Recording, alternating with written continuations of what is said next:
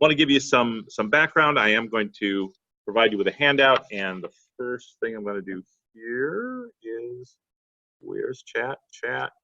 To everyone who's on board there, I'm sending you right now a link that will give you access to this same document that I'm handing out to people.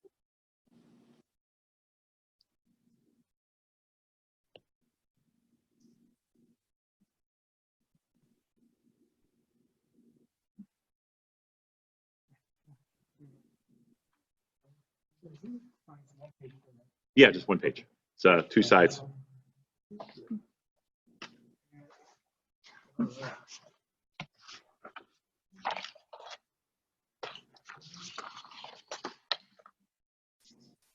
So the word Musar is a Hebrew word that comes from the root samech vav resh, which literally lasur means to turn away. And from that, we get the sense of the word as correction or even chastisement. In other words, trying to influence a person to turn away from behavior or temptation or some sort of involvement in something which would not be to their benefit. The psalmist instructs us, "Sur me Rabbi aseh tov, shalom v'rodfehu." Turn away from evil and do good, seek peace and pursue it. From that, we sort of get this broader understanding of Musar, which comes from that root, meaning ethics, values, even moral teachings. Its first appearance, the word itself does appear in the Tanakh, in the Hebrew Bible, a number of times, mostly in the books of the prophets, largely in the book of Proverbs. But its first appearance in the Torah is not until actually this week's parsha. We're going to read it tomorrow morning. It's actually in the third triennial section. That's Deuteronomy 11:2. And if I remember correctly, Lori's reading that Aliyah, I think, as a 1 through 9. Take thought this day that it was not your children who neither experienced nor witnessed the lesson, Musar, of Adonai your God, but it was you who saw with your own eyes all the marvelous deeds Adonai performed. Right? This is, and there's a section that's taken out there that's much longer, that lists all of the things that they saw, the wonders in Egypt, the manna in the wilderness, and so on. But this message here is, there are 2 important aspects as we move forward. The first, of course, is the use of the word musar, which our Chumash translates as lesson, but lesson in the sense of moral and ethical teaching, something which is valuable as an ethical teaching. The second is this idea that Moses is addressing the current generation. It's a little bit confusing. You have to think about that. He says, it wasn't your children, it's you. And then goes on to say, you saw the wonders that God did in Egypt. You saw God defeat Pharaoh at the Sea of Reeds. You saw, but I thought that generation was the one that died out in the wilderness. So isn't Moses, in fact, speaking to the children of that generation? Well, it would be a little bit silly to think that that Moses was actually speaking to all the dead people. So when we reach a problem like that, a crux like that in the Torah, where there seems to be a logical conflict, the question we ask ourselves is, what is it coming to teach? Here it's coming to teach us, I believe, that Moses is addressing the current generation. But what he's saying is, you weren't adults yet. You were children. You were not the people who were responsible. When we say your generation, you and not your children, by this time, 40 years later, the babies are all grown up and they have children of their own. And if you think that all the way through to its logical conclusion, the people who would be entering the promised land are not going to be led by 11-year-olds. They're going to be led by people who came into maturity during those 40 years in the wilderness. The other important thing that Moses is saying here is you have to work on yourself. You had this experience in life. You should be responding in ways that reflect your life experience, what you already know. I shouldn't have to tell you that, you know, God brought you out of Egypt and did all these things for you. You experienced it yourself already. Okay, so one of the foundations of Musar, we're going to come back around to this in a little bit. One of the foundations of Musar is this notion that we already know it. That we are teaching the heart what the mind already knows, as Bachi ibn Pakuda puts it in his book. The word Musar appears 28 times in the book of Proverbs. This is part of the wisdom literature of the Tanakh. This is Solomon's, supposedly, we attribute them to Solomon, him telling us how you acquire wisdom, what wisdom is. Clearly, the author of Proverbs believed that Musar, this sort of ethical, moral approach, chastisement, if you will refine the meaning of that. Always problems with translation. That experience is necessary to be a person of wisdom and also to be a person of character. Okay. I list for you here 5 of probably the most prominent sources for Musar writings. The earliest being by Saja Gaon in the early 10th century. Just one chapter in a much longer work called Emunot V'Deot, Beliefs and Opinions. Really the closest thing to his work on philosophy for him. I already mentioned Bachi ibn Pakuda, late 11th, early 12th century, and his very extensive work called Chovot HaLevavot, Duties of the Heart or Obligations of the Heart. Bachya is the one who is credited with saying that Musar is teaching the heart what the mind already knows. If we zip ahead to the 18th century, we have Rabbi Moshe Chaim Luzzatto, who wrote Mesilat Yesharim, The Path of the Upright, that was first published or first promulgated in 1740. Moshe Chaim Luzzatto, also known by his acronym Ramchal, a philosopher, something of a mystic, and a really great scholar of his generation. Then we get to the late 18th, early 19th century, Menachem Mendel Leffin, sometimes also and he writes Cheshbon HaNefesh, literally the accounting of the soul, and both Mesilat HaYesharim and Cheshbon HaNefesh are not just resources, they are essentially how-tos.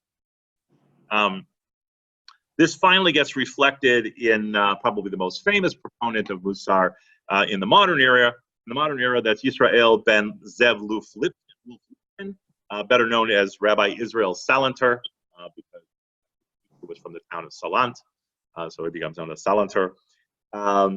And he is the one who really organizes Musar as a movement.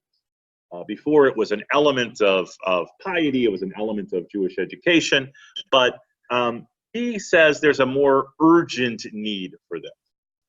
He was an interesting character.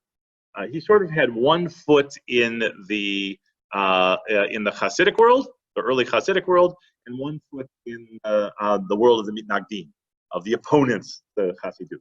To understand that this was the period of time with the emergence of the Hasidic movement, and the idea in Hasidut, in Hasidism, of dveikut, of cleaving to God, of making this personal connection, personal spiritual connection to God. This could be done in a number of different ways. Hasidism was early on a populist movement. The early Hasidic masters were the ones who said, you know, the problem that we have in the Jewish community right now, familiar story. The problem we have in the Jewish community right now, this is going to sound somewhat ironic, is that everybody's too busy studying the minutia of traditional texts. The problem in the Jewish community right now, the early Hasidim said, is that you have these people who are the authorities in the Jewish community who basically have set this standard that if you don't study Talmud and you don't know Talmud, you're not a good Jew. And so we're going to take a different approach. We're going to say you don't have to be a Talmud scholar to be a good Jew, because not everybody has the academic or the intellectual capacity to be an expert in Talmud. And for people to spend all day, trying to break their teeth on a passage of Talmud so that they can say what? How does that make them a better person? The Mitnagdim, on the other hand, were saying these guys are killing Judaism. Sounds familiar too. These guys are killing Judaism. They're watering it down. They're getting rid of scholarship. They're doing all this crazy stuff, saying you can sing and dance when you pray, and you can go out into the woods. And this isn't Judaism. This is something else entirely. There were very sharp divisions, and Salanter saw the value in both, and he also saw the danger in both. So he really sort of straddled these two ideologies in a lot of ways and said, here's the problem with Judaism today. You've got one faction that's saying we have to look at heaven. You have another faction that's saying, no, we have to look at the books. Nobody's looking at each other. That's what we need. We need people to look at each other and say, I see God in you. The phrase that's used in the writings attributed to Salanter and his disciples is noseh ba'olim chavero, which literally means carrying the yoke with one's fellow. In other words, sharing the burden. How do we accomplish this? That, by the way, that is what Salanter is defining as real piety. Okay, and he's drawing from previous books.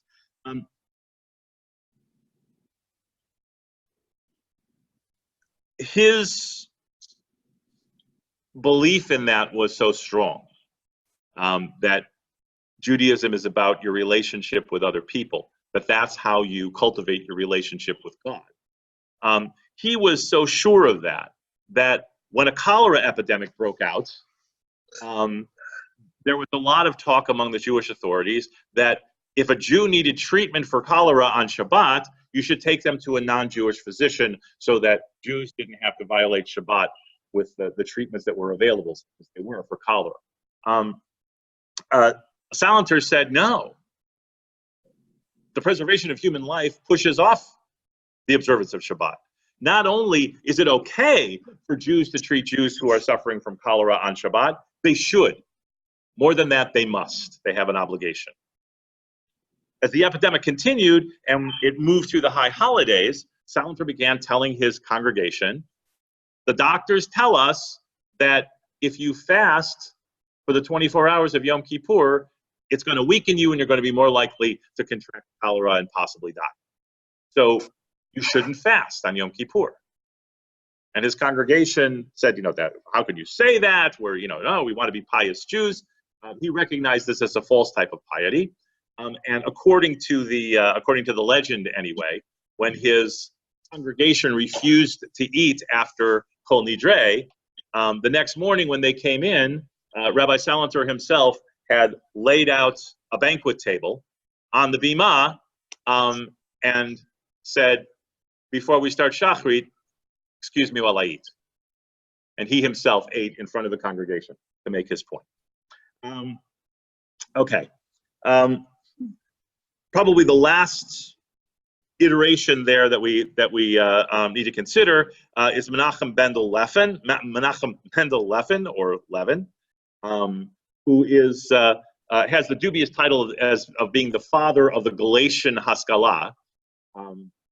If you're of Ashkenazic extraction, and you had a grandfather who came from the old country like me, you know that there was a pecking order for European Jews. Up here on the top are the Germans, and you got the Russians, and then you got the Poles, and then you got the Litvaks, and way down here you have the Galicianers. All right.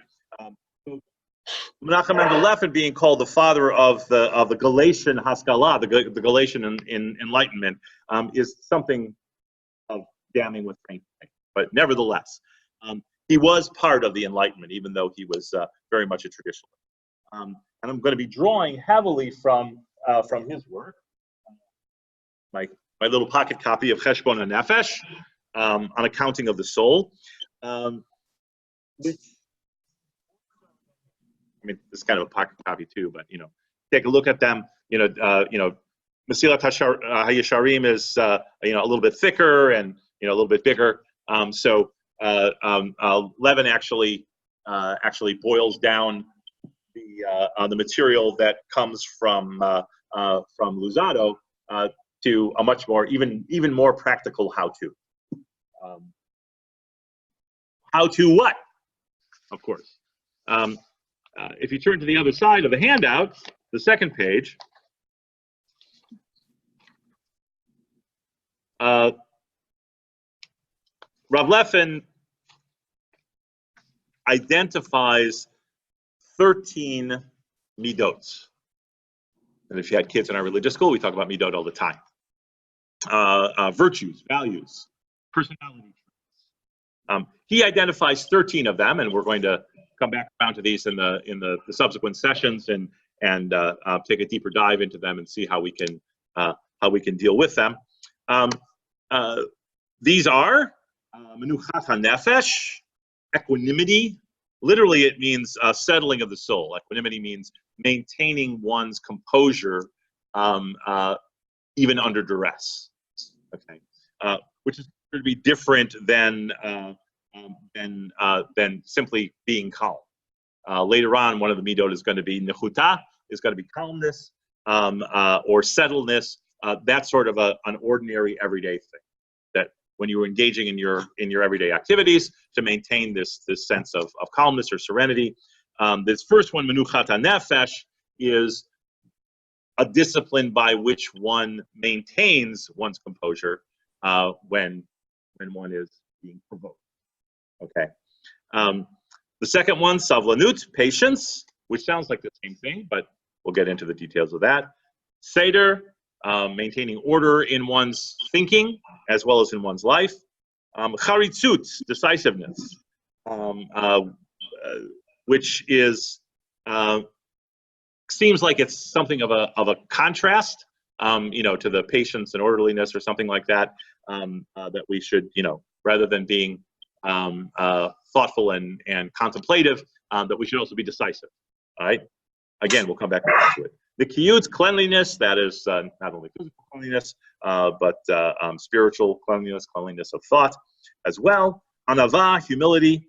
Tzedek, righteousness, righteousness in the sense of proper behavior, right action, doing the right thing. Kimutz, which is frugality. That focuses a lot on financial aspects, but there's other aspects as well.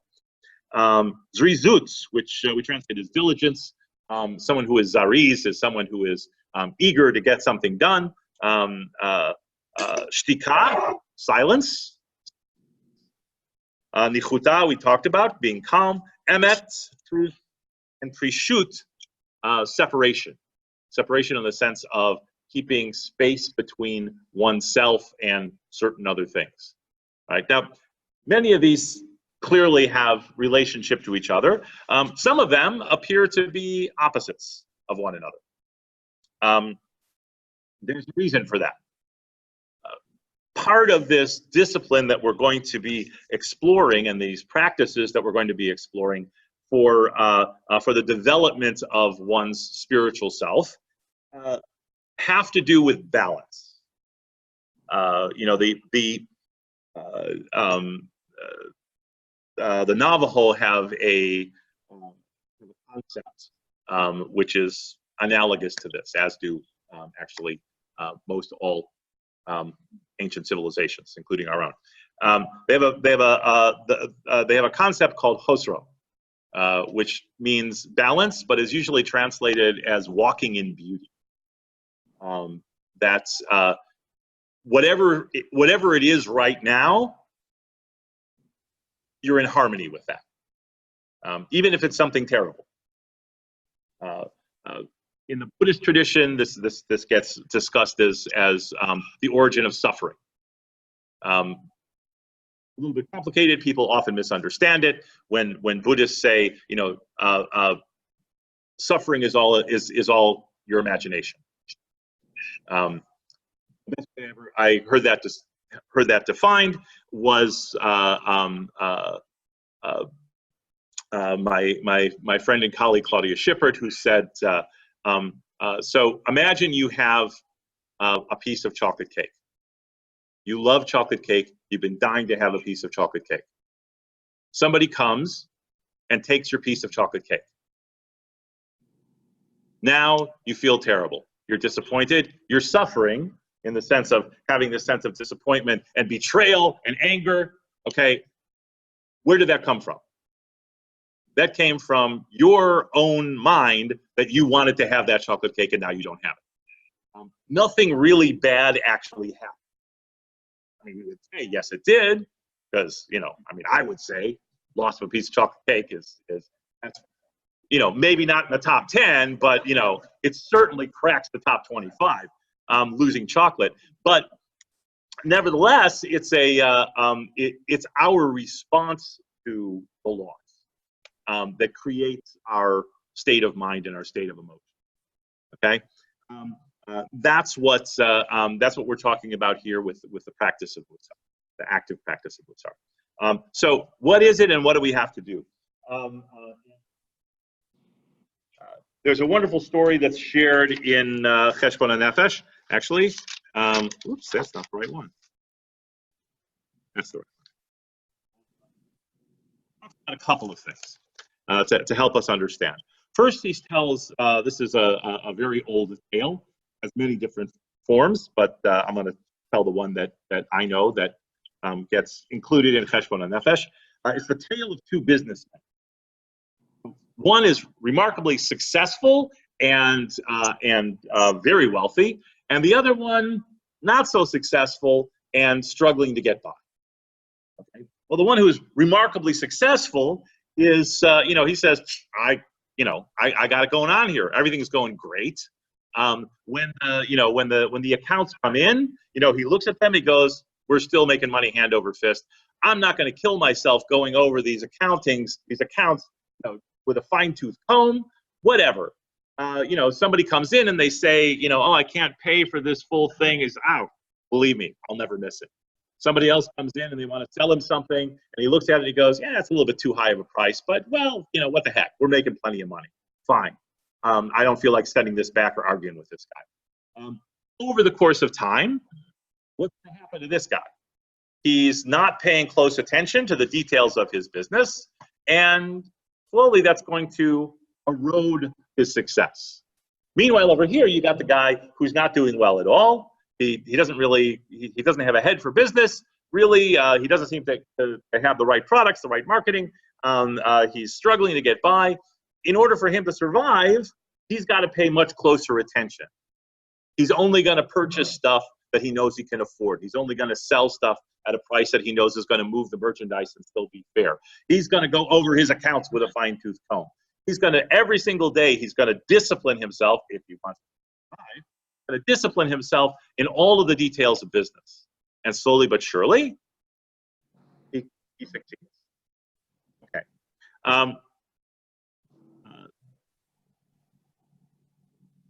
Rav Leffen also likens this process to he brings the phrase, he says all living things have a nefesh, have an animal soul, an animal essence. That's not meant to be a diss to human beings. What he's saying is animal in the sense of it animates us. We're living creatures. We move around. Do stuff, we interact with our environment. All living creatures, all moving sentient creatures, have this nefesh behemit. But he says, nefesh behemit ein la shum sheichut l'mitzvot. This animalistic, basic kind of brainstem interaction, reflective interaction with the world, has no connection whatsoever to conscious thought and the fulfillment of commandments. That's not what makes us train and discipline ourselves. Right? We don't react reflexively in a thoughtful and deliberate way. We have to engage our higher brain to do that. This doesn't mean, Rob Leffen points out, that you can't train animals. Of course you can. And he gives the example of training an elephant. And over time, you can train an elephant to do some pretty remarkable things. Things that the elephant wouldn't do on their own. Things that go against its nefesh behemit, against its basic animal nature. But what happens if you don't keep disciplining the animal? You don't keep reinforcing it. You keep forcing it to do something that it doesn't want to do, that goes against that nefesh behemit.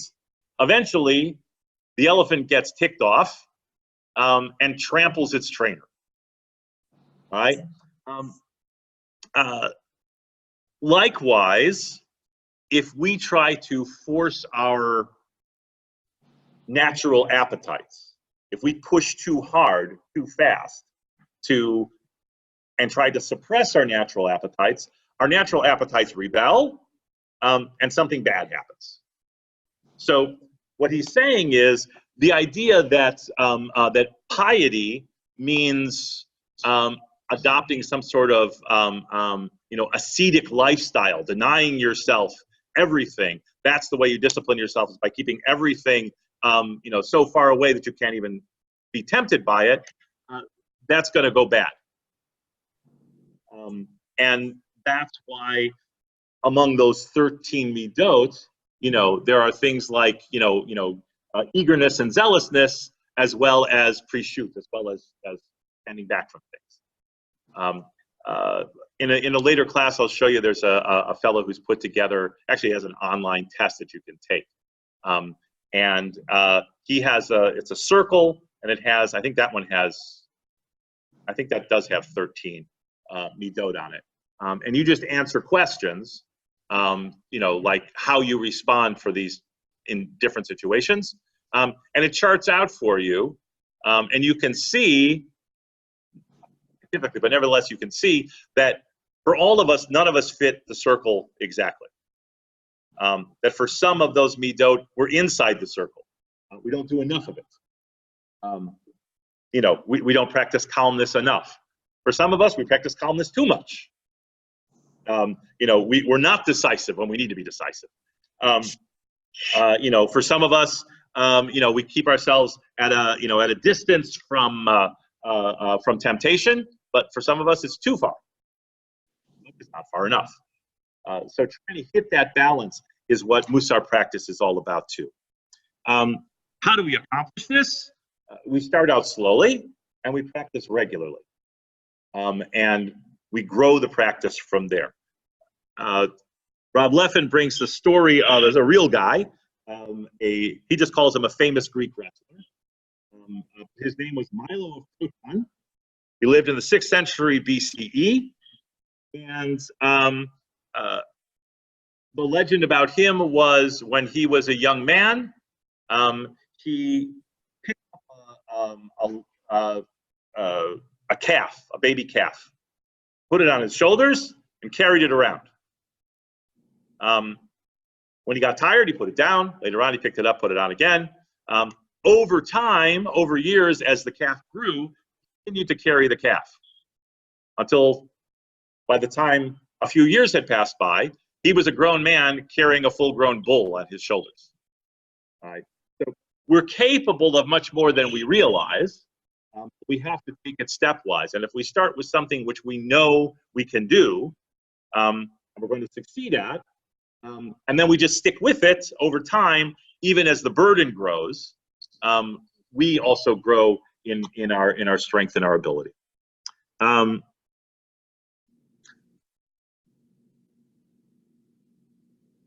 This has to be done, though, in a gradual manner. In our contemporary society, we want stuff to happen right now, right? Give me the give me the key to the knowledge of the universe. I want to know. We've really sort of encouraged that with the fact that anytime something happens, I can just I don't know it, I can just look it up on my phone. I will tell you that, when we're having conversations increasingly with the passing years, and we can't remember the name of that actor in that movie that we liked, you can just Google it on your phone. Oh yeah, that's who it is.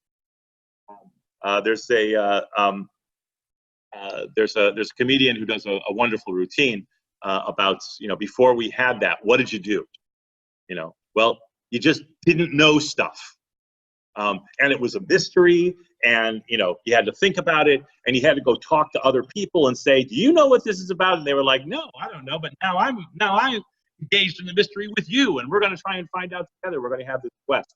And he concludes that bit by saying, one day you're sort of just like, walking down the street, and you say, where is Tom Petty from?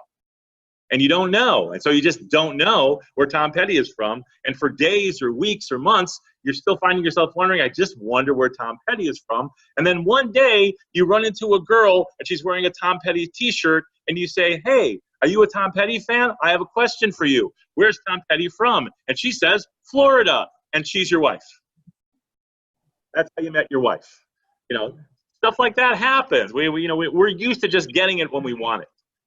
Now, more and more than ever.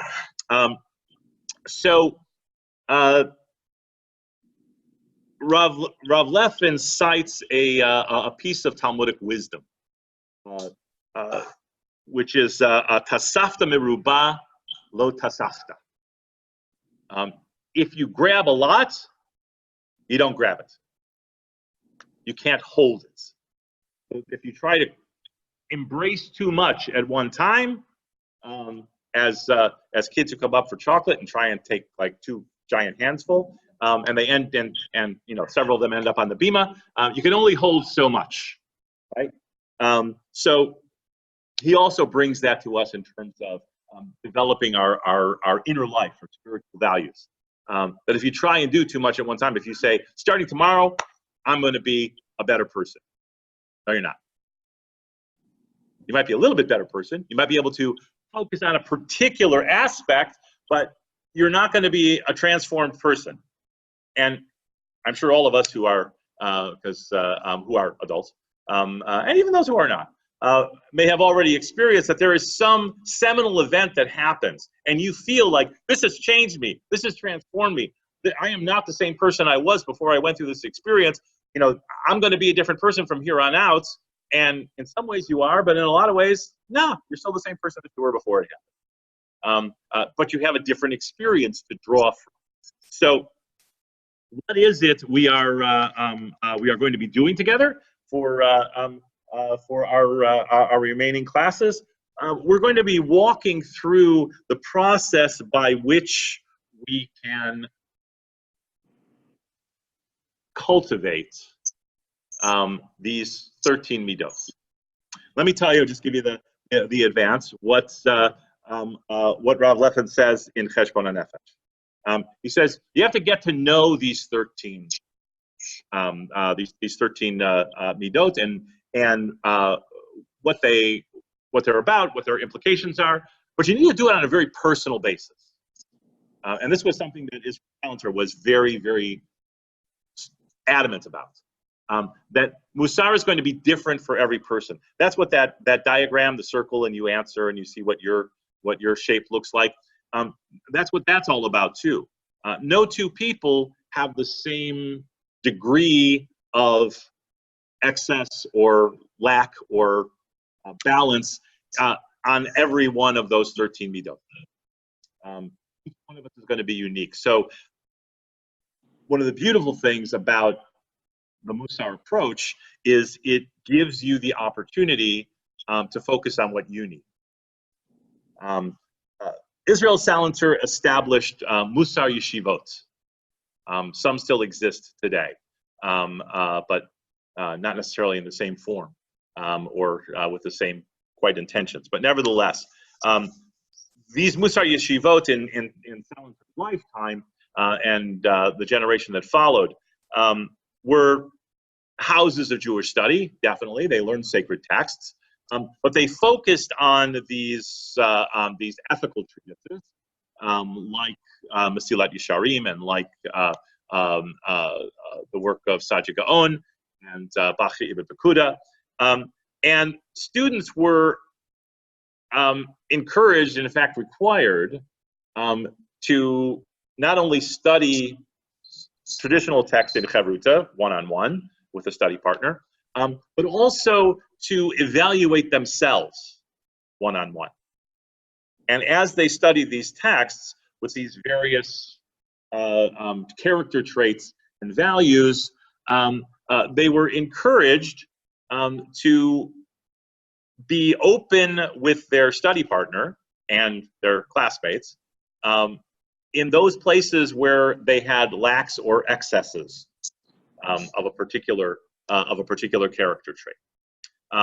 Likewise, your study partner and your classmates were encouraged to lovingly and compassionately point out to you where your excesses and your lacks might be. And typically this was done by giving you a text. This is, by the way, the traditional method by which one corrects someone in a moral or ethical, and particularly a religious matter, is to simply go to them and say, you know, hey, I came across this really interesting text from the Torah, from Proverbs, from the Mishnah, whatever. You know, what do you think of that? Show them the correct. Okay. This is especially, by the way, the way you were supposed to correct your teachers. Was just to say, you know, I wanted to ask you a question about this text, which, if you pick the correct text, your teacher would immediately realize that they had been in here before. So I expect to get a whole bunch of emails with links to lots of different things after this class is over.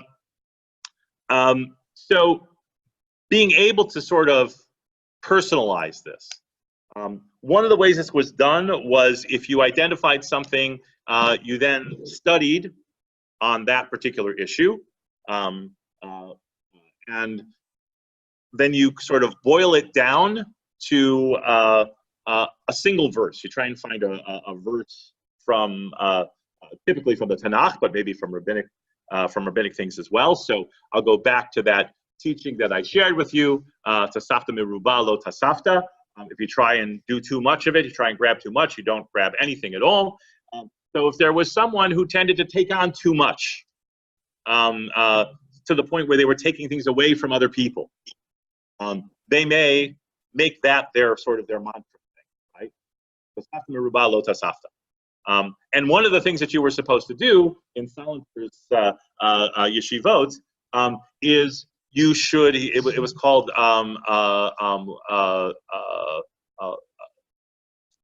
lips of fire. And what you should do is sit at the table and concentrate on that thing and repeat it over and over and over again out loud, so you could hear yourself say it and other people could hear you say it. Rav Leffin doesn't go that far, and knows that not everybody can spend their days in yeshiva.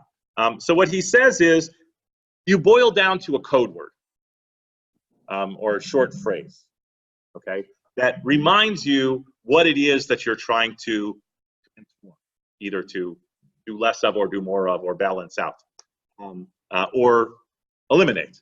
And you use that as your daily mantra.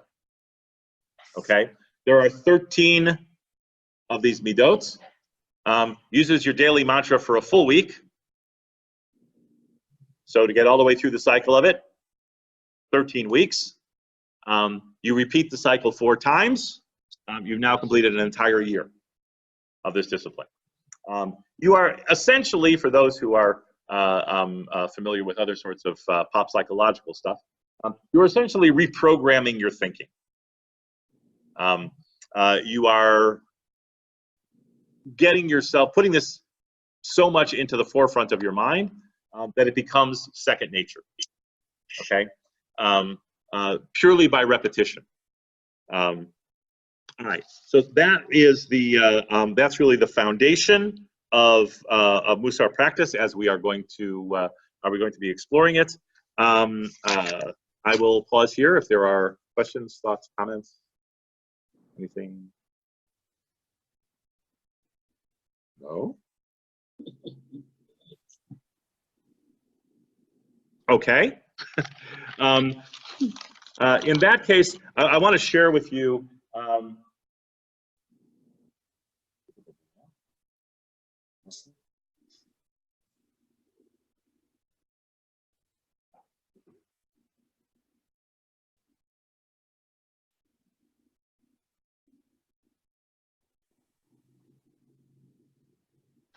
so by the way, just so you have a chance, that was my um,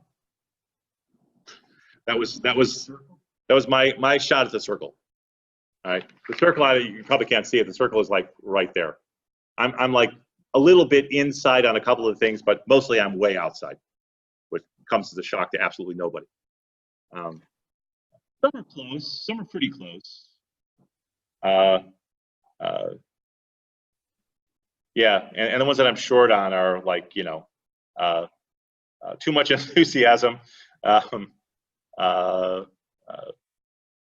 not enough silence. Yeah. Rabbi? Yes, sir.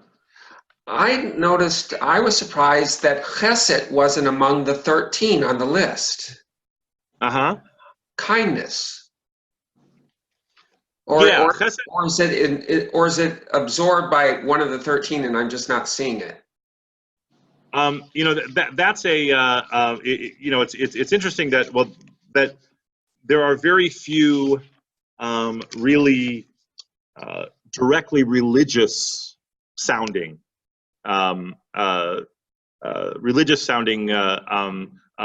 virtues that are on here. Chesed is chesed is a difficult word to translate. We translate it as kindness. Rav Leffen uses that roots. He talks about chassidut, which we would understand to mean Hasidism. Actually the Hasidic Judaism. He means it more in the sense of piety, because he talks about shleimut hachesed. And the translation that I have, I really don't like the way he translates that. What it really means is integral piety. In other words, that the piety, the chesed that we practice is not simply the trappings of religiosity. So I think Leffen, anyway, there's other sources that include chesed, but Leffen, I think, doesn't include that in his list, because this list, these 13 midot, are a way that we can accomplish shleimut hachesed, the complete integral piety, if you will. So that chesed becomes the goal, rather than one of the things that we are supposed to cultivate as a separate entity. Because how does one practice kindness? One practices kindness through patience, through equanimity, through order, decisiveness, cleanliness, humility, right action, etc., etc., etc. So he's seeing that as the end product of all of these practices. He mentions things like yirat shamayim, awe of heaven, and things like that. He doesn't put them; those aren't character traits as far as he's concerned. Those are things that result from cultivating these character traits. If that makes sense. Okay. So this is taking some excerpts from Moshe Chaim Luzato's introduction to Mesilat Yesharim, the path of the upright. And he says, I have not written this work to teach people what they don't know. Rather, to remind them of what is already known to them and vigorously promote it. For you will find within most of my words things the majority of people know with no uncertainty at all. However, since they are well known and their truth is self-evident, they are therefore overlooked or forgotten entirely. If you observe most of the world today, you see that the majority of bright and clever people focus much of their contemplation and investigation on profound analysis of worldly knowledge and its subtleties, each according to their intellectual capability and their natural inclination. There are those whose efforts are the study of the physical world and nature. Others immerse themselves in astronomy or geometry. Others in technologies. And others who are more inclined to enter the realm of the sacred. That is, among them, meaning the ones who are inclined to enter the realm of the study of the sacred, among them are those who focus on the minutiae of halakha, of Jewish law, those who focus on midrashim, rabbinic stories, and those who are concerned with the formulation of legal decisions.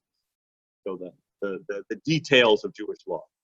Nevertheless, there are few within this last group, this group of people who are engaging in the study of Torah, who commit thought and study to matters of integrity of service to the divine.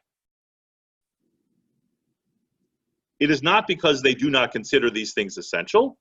Rather, their failure to devote more attention to the matter stems from its being so clear and obvious to them, they see no need for investing much time in its study. We all know that, sure, the aim of religion is to be a good person. Great. We all know that. We know that do not do unto another that which is hateful to yourself, or the rule statement, do unto others, do what others do unto you. We know that, right, don't put a stumbling block before the blind, don't curse the deaf, don't be mean to people, speak nicely, yada, yada, yada. We know all those things. We don't need anybody to teach us that. And if we hadn't learned those as lessons from parents and teachers and our faith tradition, we could have figured it out for ourselves, most of it from our personal experience. It's not nice when somebody is mean to you. You feel bad. So likewise, if I'm mean to somebody, they're going to feel bad. If I don't want to feel bad, I shouldn't make other people feel bad. It's intuitively obvious. We don't think about it that much. Consequently, he says, though, the study of this subject has been left to those whose intellect is not so subtle, and even those who approach being uncouth. Because if the clever and people of subtle thinking and people who are enlightened, if they're not spending time on it, well, then who is? Well, the people who are not so clever. And what's the end product of that? These you will see being diligent, scarcely moving from its study until it becomes common perception that anyone striving for piety cannot escape suspicion that they are dull-witted. So if the people who are learned and have the capacity aren't doing it, then anybody who does do it is suspected of not being enlightened, intelligent, and pious. Piety, as a result, is construed to consist of the following, because this is what people who don't think too deeply think piety is, and therefore this becomes the model for piety. This may sound familiar. Piety is construed to consist of reciting many psalms, making extended confessions, undertaking difficult fasts, performing ablutions in ice and snow. In other words, all these extremes of stringency, all of which are incompatible with intellect and reason. So the more people are behaving in this pietistic manner, taking on all of these extremes and stringencies, the more the outside world looks at them and says, that's not piety. That's totally against intellect, or piety is the opposite of intellect and reason. In the process, true piety, which we desire and strive for, eludes our understanding. So the trappings of piety, the thought that we have to do all these ritualistic things and do them as stringently as possible. That's what piety is. That's what being religious is. That's what being a good Jew is. No less than these great figures in in the last few centuries of Jewish history saying, no, that's not what it is at all. If you're just doing that, if you're focusing on that, you've missed the point of all of that. The point of learning Torah and doing this is not so that you can meticulously fulfill every single one of these things and behave in a pietistic way. The purpose of all of it is so that you come to understand your own shortcomings and excesses, and that you undertake the necessary work of balancing yourself, and thereby aiding in the balancing of others. Okay, so when we say inner life, that this is living Jewish values, that this is cultivating your inner life, it truly is. The process is, that there's in the martial arts they say, there's two ways to become strong, right? From the outside in and from the inside out. So the sort of the hard forms of martial arts that you see, the fighting forms, karate and stuff like that, those are all, you train your body, and in the course of training your body, you discipline your mind. And the more disciplined you become through this physical exertion, the more you are able to control yourself emotionally and spiritually, ideally. Unless, of course, you don't, in which case you only use martial arts for violence, and you've missed the whole point. The other aspect is from the inside out. These are the so-called soft martial arts. Tai Chi Chuan is one of those, where the movement is very slow. You don't learn how to punch and kick and whatever. You just sort of do these very slow, controlled movements, and all of the hard work is inside. The idea there being that if you practice slowly, when you need to move fast, you can. All right, because now you have control not only of your mind and emotions, but of your body as well. You didn't work up a sweat. You didn't break any boards, but you did learn how to control the movement of your body in a very slow way. If you can control the slow movement, then you can do it faster. That's the idea of the practice of Musar, is that we are going to slowly develop.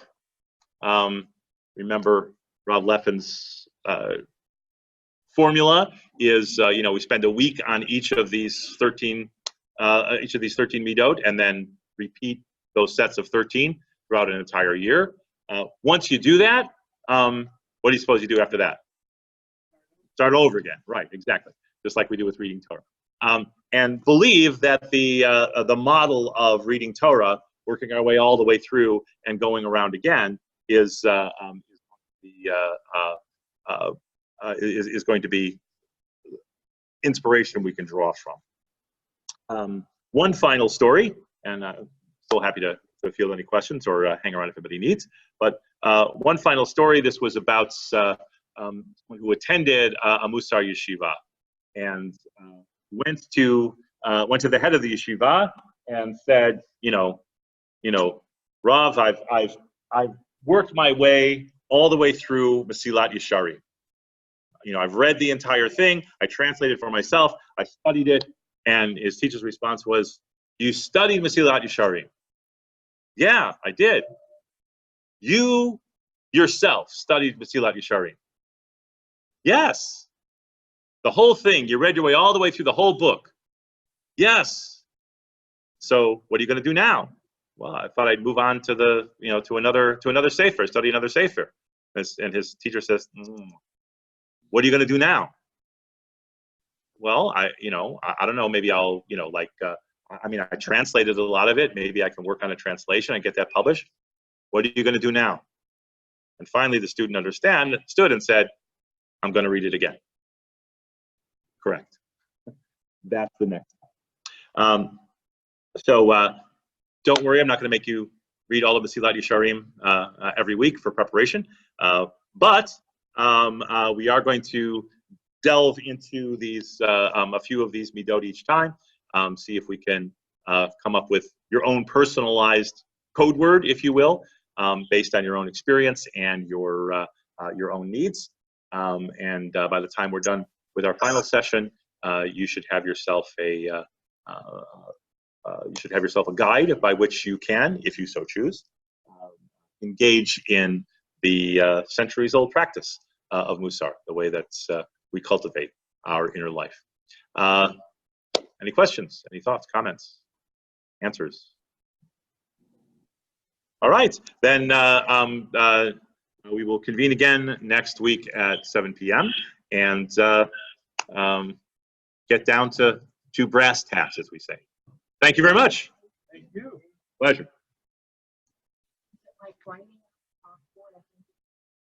Yeah.